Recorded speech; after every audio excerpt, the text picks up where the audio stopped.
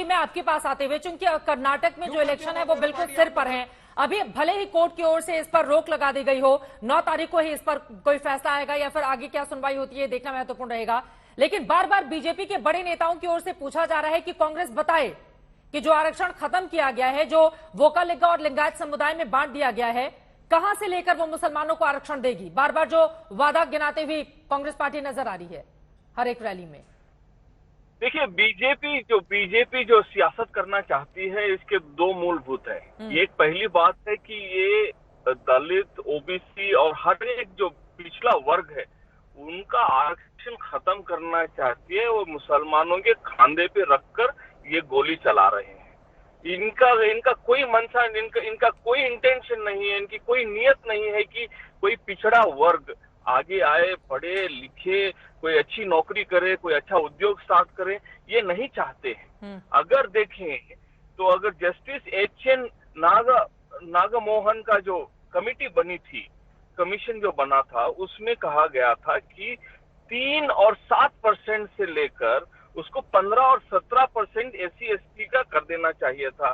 इसका सबमिशन हुआ करीब 2022 में अक्टूबर में हुआ, लेकिन इस सरकार ने उस कमीशन के रिकमेंडेशंस को लागू करने के लिए ये पीछे आगे कदम क्यों नहीं उठा रही थी।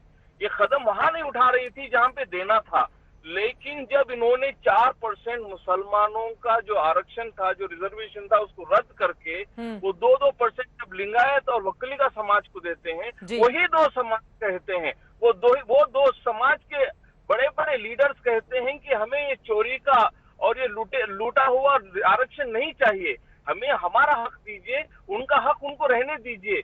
जब लोग लड़ना नहीं चाहते, जब लोग इसके ऊपर बहस नहीं करना चाहते, जो समाज इसके ऊपर बहस नहीं करना चाहते, बीजेपी यहाँ पे 40% सरकार जो है 40% लूट करके जो ऑपरेशन कमला करते हैं, उसको छिपाने के लिए आरक्षण का मुद्दा उठाकर इतना बड़ा करना चाहते हैं कि इनका जो भ्रष्टाचार है, जो ऊपर से लेकर नीचे तक 2,500 करोड़ का सीएम पोस्ट बेचने वाली पार्टी आज कहती है कि आरक्षण के बारे में बात करती है, लेकिन उसके भ्रष्टाचार के बारे में बात गौरव भाटिया जी वो कह रहे हैं कि भ्रष्टाचार से ध्यान हटाने के लिए ये सब कुछ कर रही है बीजेपी। ठीक है सर, गौरव जी।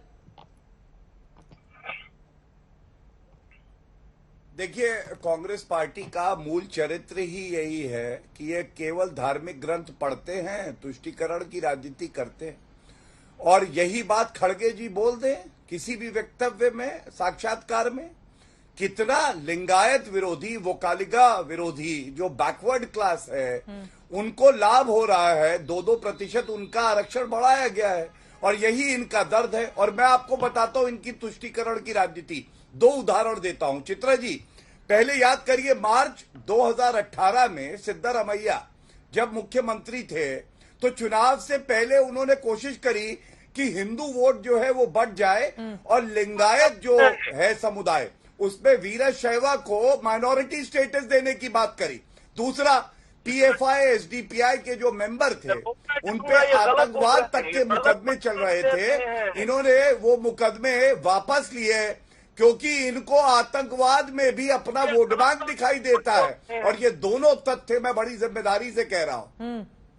खड़गे जी से यही बयान बुलवा दीजिए जो कर्नाटका के कांग्रेस के प्रवक्ता बोल रहे हैं। बीजेपी को मुसलमानों की वोट चाहिए या फिर नहीं चाहिए? अगर नेताओं की ओर से इस तरह के बयान आएंगे तो पलट के पूछा जाएगा ना कि मुसलमानों को लेकर बीजेपी की ये सबका साथ, सबका विकास, सबका विश्वास वाली नीति है या फिर नहीं है।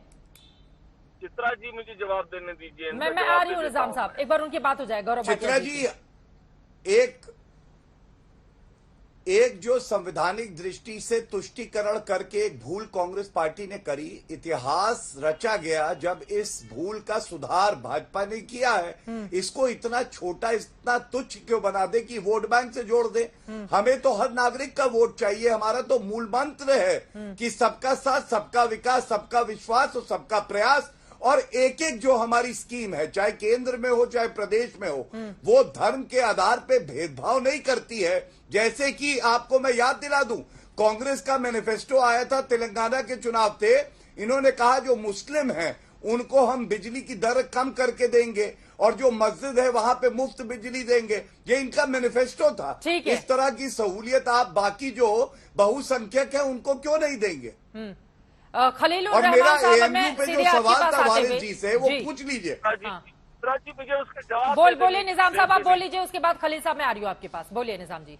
देखिए जी, 2004 और 5 जब एनडीए की पहली सरकार थी, तब जब यहाँ पे येडियुरप्पा यहाँ पे जब चीफ मिनिस्टर थे, और उससे पहले उन्होंने एक रिकमेंडेशन भेजा था सेंट्रल गवर्नमेंट को, ये मांग करते हुए कि लिंगायत समाज आप को एक केवल ये अलग बताइए, दर बना दिया 1700 जाए। केसेस इसने आपने वापस ये क्यों बात लिए? स्टार्ट किया था, PFI, ये बात GPI स्टार्ट वर्कर। किया गया था हमारे बीजेपी के लीडरान की बदौलत, और उस जो विभाजन ये करना चाह रहे थे, धर्म विभाजन करना चाह रहे थे, वो कांग्रेस के ऊपर डालते हैं। ठीक है। लेकिन मैं ये भी कहना चाहूंगा, जब ये कहते हैं कि हम हर एक आदमी को चाहते हैं, हर एक समाज से आदमी को चाहते हैं, हर एक वर्ग के आदमी को चाहते हैं, लेकिन वहीं पे एक आदमी ईश्वरप्पा कहता है कि हमें मुसलमानों का वोट नहीं चाहिए।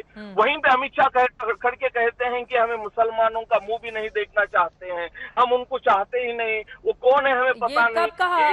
अमित शाह का आप हवाला दे रहे हैं, चला उन्होंने दीजिए। कब कहा कि मुसलमानों का चुनौती दे मुंह रहा नहीं हूं, कब देखना कहा? चाहते ये हैं? झूठ बोल रहे हैं यहाँ पे बैठ के। निजाम फौजदार जी, कब कहा बताइए जरा। भाषा कीजिएगा, झूठ बोल उनकी रहे हैं। भाषा को समझने का एक ही अर्थ है, जब वो कहते हैं कि अच्छा। मुसलमानों को आरक्षण देना ही संविधान राहुल के गांधी खिलाफ की है। भाषा पे अरे तो सिद्धारमैया, समझ आपके लीजिए। मुख्यमंत्री यहाँ पे लिंगायत झूठ मत समाज के बोलिए। प्रति किस तरह की भाषा का चित्रा जी, इस्तेमाल ये तो करते हैं उसको तो मैं सरासर बोल भी झूठ नहीं बोल रहे हैं सकती। आपके जो चैनल भी पे। तथ्य हम बोले वो सोच समझ कर बोले प्लीज निजाम दी। अगर आप देश के गृह मंत्री को कोट कर रहे हैं कि वो मुसलमानों का चेहरा तक नहीं देखना चाहते हैं, तो सर आप बताइए कि उन्होंने कब कहा था?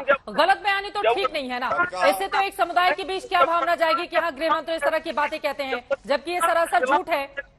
हम लोगों ने कभी नहीं सुना इतने सारे उनके, आज के भी बयान, कल के भी लगातार हम सुन रहे हैं। सर इस तरह से केंद्रीय गृह मंत्री को कोट करना ठीक नहीं है सर। ठीक है, अरे आपके तो प्लीज निजाम कॉन्फ्लिक्ट फौजदार में जी। थे